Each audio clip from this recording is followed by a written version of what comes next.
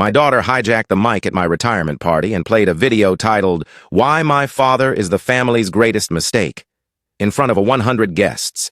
Then she threw her wine in my face and announced she was legally severing all ties. To me. Cheers erupted. I stood there dripping, holding my plaque.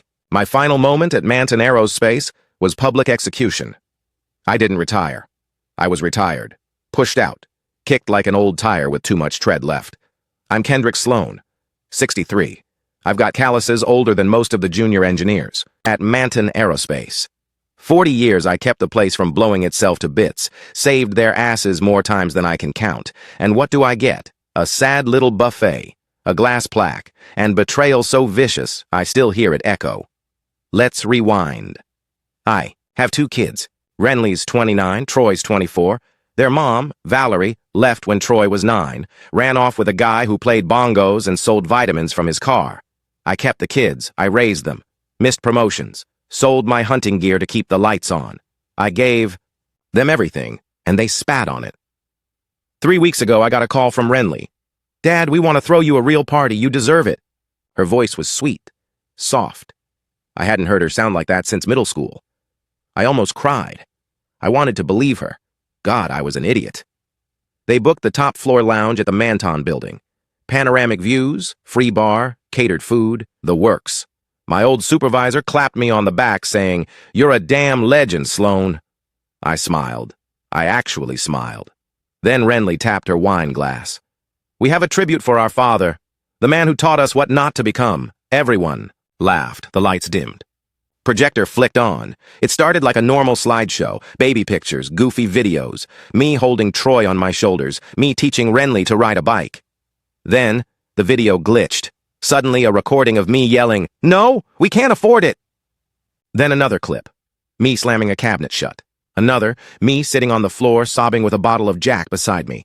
They used home videos, voicemails, security camera footage from our old house. Hell, even an audio snippet from my therapy session. I feel like I failed as a dad. They turned my life into a horror documentary. Renly narrated it like a prosecutor. This is what emotional neglect looks like. This man taught us how to hide pain behind silence. He taught us fear, gasps, murmurs, laughter. Then came Troy, stepping forward with a folder. "We're done pretending, Kendrick. You're not our father. Not anymore. We've legally removed you as our emergency contact and filed for a name change." He smirked. "From now on, we're Coopers. Mom's maiden name." Valerie clapped. "I swear to God." She clapped. Then, Renly threw her wine in my face. Chardonnay, cold, sharp. My mouth was open. It splashed down my throat like acid. People froze. I didn't scream. I didn't cry. I just looked at the plaque in my hand, engraved with, "Thank you for 40 years of service." What a joke. I walked out. Slowly, wet, shaking. Everyone moved out of the way like I was contagious. That was 22 days ago. Since then, silence. Not one apology. Just emails, legal papers, requests for me to sign off on the name change. "Be mature about it," one said. "Don't make this harder than it has to be." Harder? I buried my 20s in overtime. Slept in my truck, during snowstorms to make ends meet. Never missed a rent check, never laid a hand on anyone, but none of it counted. Because I wasn't fun. Because I wasn't Valerie. But here's the part they don't know. I kept records. Not just bills, everything. Renly? She's a corporate attorney. I know about that internship she got through falsified letters. Troy? That tech startup he runs? Half of it's built on software I paid for. He forged my signature on the business loan application. Valerie? Still using my name on her insurance. Guess who's committing fraud without realizing it? They cut me off? Great. Let them feel what that actually means. I'm not signing anything. I'm not rolling over. They wanted war dressed up as a family tribute. They got it. Now I'm planning, and this time, I won't miss. The day after the humiliation, I turned off my phone, locked the door, and sat in my basement until the sun came up. No booze, no TV, just me, an old folding chair, and the files. I've kept everything. Not out of paranoia, out of habit. An engineer doesn't just solve problems. We anticipate them. And I knew, deep down, that one day, my kids would try to erase me. So I collected emails, bank transfers, signed permission slips, scanned copies of loan forms with my forged initials. Audio. Messages from emotional breakdown nights. I never deleted anything. For years, I was a silent witness to their failures, and now I was done being silent. First, I called my banker, canceled all monthly transfers. Renly's secret apartment lease, done. Troy's automatic business line of credit I'd been silently co-signing for, gone. Valerie's health coverage, tied to my old employer's extended plan, terminated. Then I drove. I needed space to breathe. I drove north, past the lake, to my uncle's old fishing cabin. I hadn't been there since 2006. Still smelled like mold and cigarettes, but it was mine now. And quiet. I stayed 2 days, wrote everything down, mapped out timelines, cross-referenced accounts, all while they were texting, calling, emailing me nonstop like pigeons pecking at a window. Dad, can we talk? Are you okay? This is getting ridiculous. We just want closure. Closure? You cut my name out of your life and now you want closure? On the third day, I replied.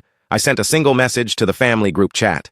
Dinner, just family, no lawyers, no media, my place, Saturday, 7 p.m. sharp, bring an appetite. They all responded within 10 minutes. Of course they did. That night, I cleaned my house like I was preparing for battle. Dusted shelves, wiped windows, polished the old dining table they'd all eaten at as kids. I found the dent where Troy once smashed his spoon during a tantrum over broccoli. I ran my fingers over it and laughed, not sadness, just amusement. Saturday arrived. Valerie showed up first. She always was early, probably hoping to check the scene. She had on too much perfume, a fake smile, and zero shame. You look thin, she said. You look busy, I answered. Then Renly came in, heels clicking, like gunshots. She didn't hug me, just handed me a bottle of red wine like it erased the video she played at my retirement party. Troy showed up late, still cocky, still wearing his startup sweatshirt like it meant something. They sat, awkwardly. No one touched the food. I let the silence marinate. Then I stood, walked to the living room, and rolled out a cart. On it, 4 sealed envelopes, each labeled with their name. Troy frowned. What is this? Proof, I said. They opened them. Quiet at first. Then chaos. Renly's folder had a printed chain of emails showing she used a fake clerk's name to secure a court internship. Felony-level offense in our state. She dropped the paper. Her hands shook. Troy's had scanned documents, loan applications with my forged signature, IP theft for software I designed, and proof he'd been funneling funds from my retirement accounts into his app's crypto wallet. His face went pale. Then red. Then pale again. You were spying on me? He snapped. No, I said calmly. I was protecting myself. Turns out I needed it. Valerie's was thinner, but deadlier. A single sheet. Notice of fraud for using my employer insurance as a common law spouse post-divorce. And a copy of the complaint I'd filed that morning. She blinked. You wouldn't. I already did. They stared at me. Like strangers, Renly opened her mouth, closed it, opened it again. Why are you doing this? I leaned forward. Because you tried to erase me, I said, so I'm returning the favor. You don't want my name? Fine. But you don't get my silence, my money, or my protection either. I let that sink in. Then I did something none of them expected. I slid them a pen. And copies of their own name change paperwork. Go ahead, I said. Sign it again. Make it official. I've notarized it. None of them touched it. Valerie stood up. You're sick, I smiled. No, Valerie, I'm finally awake. The next 48 hours were pure digital fire.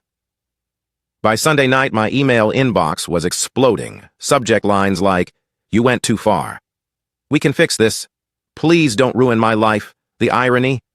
I didn't ruin anything. I just stopped playing. The human doormat. And the collapse started faster than I expected. Let's begin with Troy, my youngest self-made CEO. Turns out, when a startup loses its silent cosigner and the bank discovers forged documents, they tend to react explosively. His funding? Frozen. His co-founders? Panicking. The software servers? Offline. Monday morning, he was kicked out of his own office by security. I didn't even need to lift a finger, just canceled the service contracts I'd been secretly paying for. Apparently, Troy's revolutionary app was running on my dime. He texted me at 3 a.m. I'll sue you for everything, I replied. Everything's in your new last name. Best of luck. Then came Renly. She tried to outplay me. Called a friend in the district clerk's office to try and bury the evidence in her folder. What she didn't know was that I'd already CC'd the ethics board with every attachment, plus audio clips from her backroom interviews bragging about working the system. Courtesy of an old USB I'd forgotten existed, her license is now under review. She called me crying. Actually crying. Her voice cracked. Said I was vindictive. "Why are you destroying my future?" she asked. "You showed up to mine with a flash drive and a public execution," I said. "I'm just returning the favor, with higher production value. And then there's Valerie." She walked into her yoga class Monday morning, namaste and all, only to be served in person by an insurance fraud investigator. Classy. She texted me, "WTF," with a dozen exclamation points. I replied with a screenshot of the policy cancellation and a short note. "Tell your chiropractor boyfriend to start paying your premiums." Radio silence since. By midweek, the family implosion had reached extended relatives. My cousin Rachel called asking why Valerie was telling people I was having a mental breakdown. I calmly told her to ask Valerie why my therapist voicemails were included in that birthday massacre video. That shut her up real fast. The house was quiet, but my mind was loud. Part of me wanted to feel guilty, I really did. But guilt's a luxury for people who weren't humiliated in front of their coworkers and then offered fake wine bottles as consolation prizes. Still, something kept gnawing. Not regret. Just unfinished business. So I reached out to one more person, that Megan Lockhart, my old colleague, HR director for Manton Aerospace. We'd known each other for 20 years. I saved her kid from a wiring malfunction on Take Your Child to Work Day. I asked her for a favor, not illegal, just information. She sent it in one PDF. Inside, the name of the employee who uploaded the tribute video to the event system, who plugged it into the AV feed, who helped Renly test the sound levels the night before. It was Greg Sullivan. Greg, my former intern. Fresh out of college, I mentored him, co-signed his damn job referral letter, bought him coffee when he couldn't afford lunch. He was in that crowd, laughing. I saw red. I paid him a visit, drove straight to the Manton campus, waited by the employee entrance and waved when he walked out. He froze like I was a ghost. "K. Kendrick." "Hey, I didn't expect—" "No," I said. "You didn't." He tried to talk. I held up my phone and hit play. It was a voice memo. Him laughing with Renly at the rehearsal, saying, "He's gonna lose it. Old man's gonna melt like Velveeta cheese." Greg's face turned corpse white. I said nothing. Just watched him with a stare that could carve steel. Then I dropped a sealed envelope in his hands. My formal complaint to the HR board, with time-stamped evidence. "I give it 72 hours, I said. "Better start packing." Then I walked off. Didn't look back. By Thursday, I got a call from Megan. "Greg, terminated. Effective immediately. Renly, under formal investigation. Troy, filed for financial hardship. Valerie, sent out a family-wide Facebook apology, blaming manipulation from the kids." "Right. Sure. And me? I was eating ribs, on my porch, with a cold beer and the peace I hadn't tasted in years. But it wasn't over. One more thing was brewing. A final move, the kind that ends the game completely. I'd been planning it for a long time, without even realizing it. They tried to erase my name. I was about to erase their security blanket. By Friday morning, the vultures were circling. Renly emailed me a 4-paragraph essay titled Olive Branch. It was filled with legal jargon, backhanded apologies, and a vague offer to rebuild the bridge. At the bottom, a digital link to a non-legally binding mediation session. I didn't click it. I printed it, then stapled it to a letter I'd already written. The title? Terms of Emotional Bankruptcy. While they were busy spiraling, I was executing the final part of my plan. Remember the house? The one I raised them in, paid off with sweat and skipped meals? The house they assumed they'd inherit? Yeah, they assumed wrong. I sold it. Quietly, privately. No listing, no photos online. Just a direct sale to a retired firefighter named Bill who needed a place near his grandkids. Got a fair price, too. $412,000 wired into my account the day after the dinner showdown. Then I did something they never saw coming. I donated $150,000 of it. To what? A local women's shelter. The same one Valerie once called a useless money pit. For broken birds. Funny how karma works. I walked in, signed the check with a smile, and said, "Let's build a new wing. Name it the Sloan Wing. No one in my family deserves it, so you take it?" They cried. The real kind of tears, not the crocodile kind I got from Renly over FaceTime. By that evening, the shelter had posted a photo. Me, in a hard hat, breaking ground, holding a golden shovel. Guess who saw it? Troy. He showed up at my door an hour later, hair wild, eyes bloodshot, smelling like burnt coffee and regret. "You gave our inheritance to a shelter?" "No," I said calmly. "My house. My money. Your delusions." He started pacing like a rabid dog.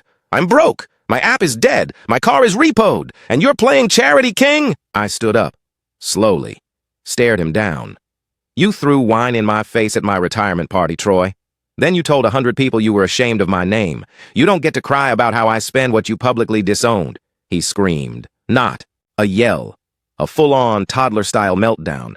Kicked my trash can, punched the air, stormed off. I laughed so hard I almost fell over, but here's where it got insane. He came back 10 minutes later, with Renly. Oh, she looked different now. No blazer, no courtroom polish, just a hoodie, eyes swollen from sleeplessness, voice shaking. "Dad," she said, "please, we were angry. We made a mistake." "No," I said. "You made a choice." She knelt on my porch. She knelt. In front of neighbors, in front of passing cars. It was surreal. "I can't lose my license, Dad," she whispered. "I'm nothing without it." "And I was nothing when you humiliated me," I replied. "Remember that?" Troy stepped forward. "Okay, we get it. You're hurt. You made your point. Can you stop now?" "Oh, no," I said. "This isn't revenge. This is repair. I'm just fixing the broken system you all exploited." Then, get this. Valerie pulled into the driveway. In her new SUV, I waved. "Didn't expect the holy trinity of betrayal to meet me all at once?" She stepped out like it was Sunday brunch. "We need to talk. This is out of control." I laughed in her face. "You narrated a documentary about my failures. You called me impotent in front of my coworkers. You toasted my emotional instability with a Pinot Grigio." "That was satire," she snapped. "Satire?" I shouted. "You called me an expired man with expired values. How's that for punchline?" Then I pulled out the final envelope, the last piece of my puzzle. Inside, a legally signed disinheritance clause, filed, notarized, copies sent to my lawyer, my financial advisor, and my safety deposit box. None of them get a cent when I die, not a penny, not a photo album, not a dusty lamp. I handed them the copies. "Congratulations," I said. "You're officially cut off, financially, legally, permanently." Troy's jaw dropped. "What if we change? What if we try?" "You had your chance," I said. "And you spent it, making a PowerPoint about my failures." Then I turned my back, walked inside, locked the door. They stayed on the porch for 10 full minutes. I watched from behind the curtain. No words, no screaming, just silence. That was louder than any insult. But there's one more thing.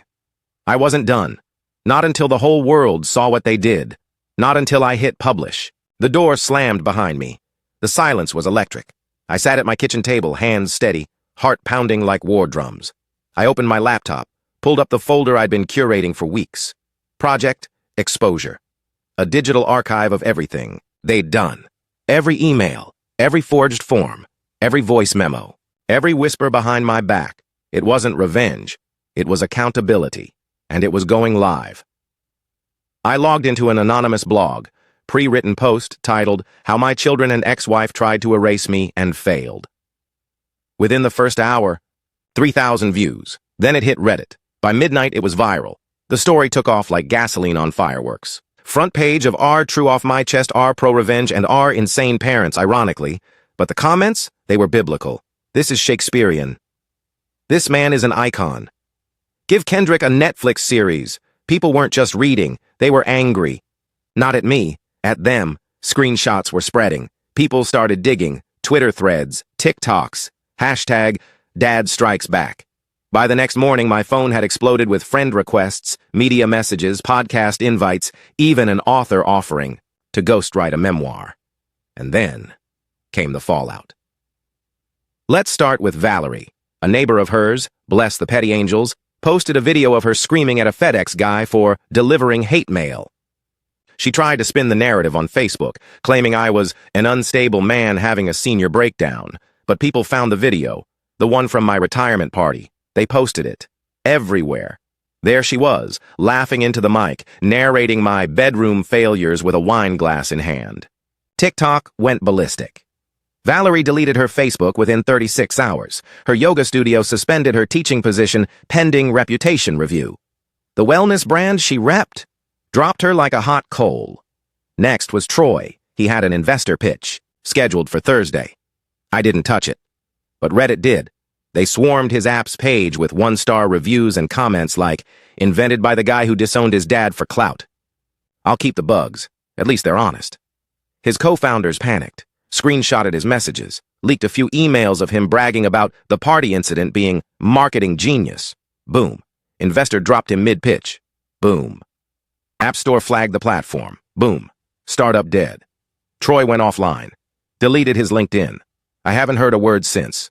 And Renly? The worst hit. Her law firm issued a public statement saying her conduct reflected a breach of ethical expectations. She was put on probation, might lose her license completely. But the final blow? Someone, not me, sent the birthday party video to her alma mater. They released a press note about launching an internal investigation. Why? Because she delivered the commencement speech last year on empathy and family values. You can't write this stuff. She called me. From a burner number. I almost didn't answer, but I did. Her voice was broken. Dad, please, you've made your point. Everything's falling apart. I'm losing everything. I was silent. Then she whispered, You don't understand what this feels like. My blood turned ice, don't I? I asked. Because I stood in front of friends and coworkers while my children ripped me apart like I was a failed science project. You made me feel invisible, Renly. She didn't answer.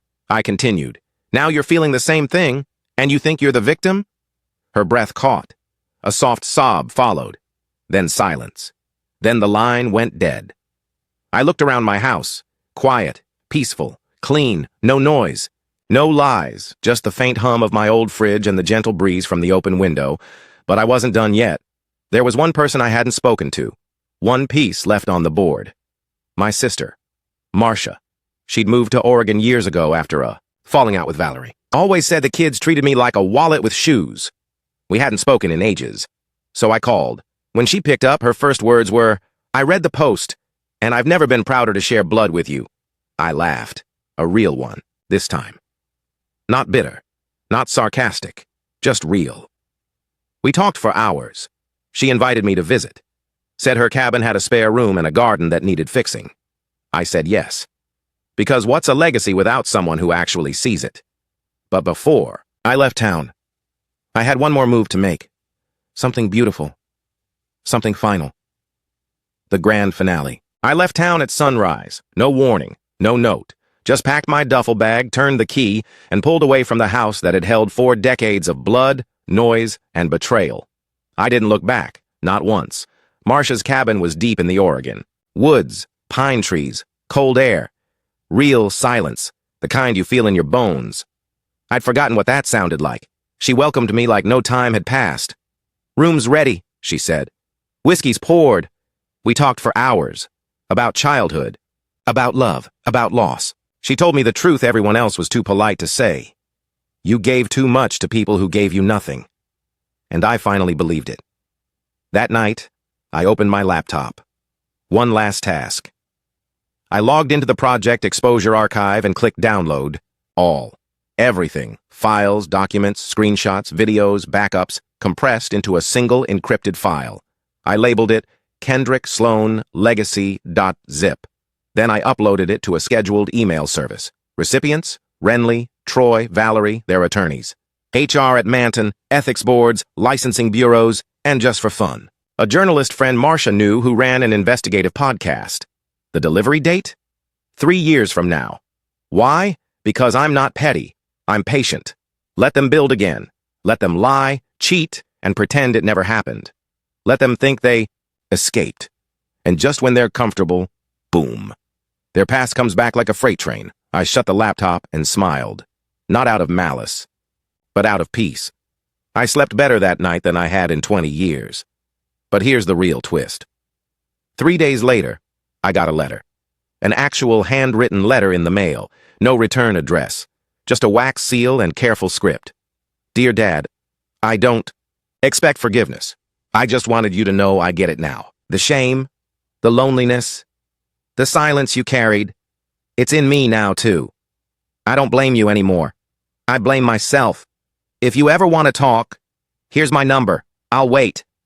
It was from Damien, my third child, my quietest, my forgotten middle son, the one who didn't speak at the party, the one who never laughed during the video, the one who had sat in the back, eyes down, face pale. I never mentioned him before, because he never betrayed me. And suddenly, I remembered. He wasn't in the group chat. He never called to ask for money. He never begged me to sign the paperwork. He disappeared after the party. Because maybe, just maybe, he was the only one ashamed. I stared at the number. My hand hovered over my phone. I didn't dial it. Not yet. But I saved it.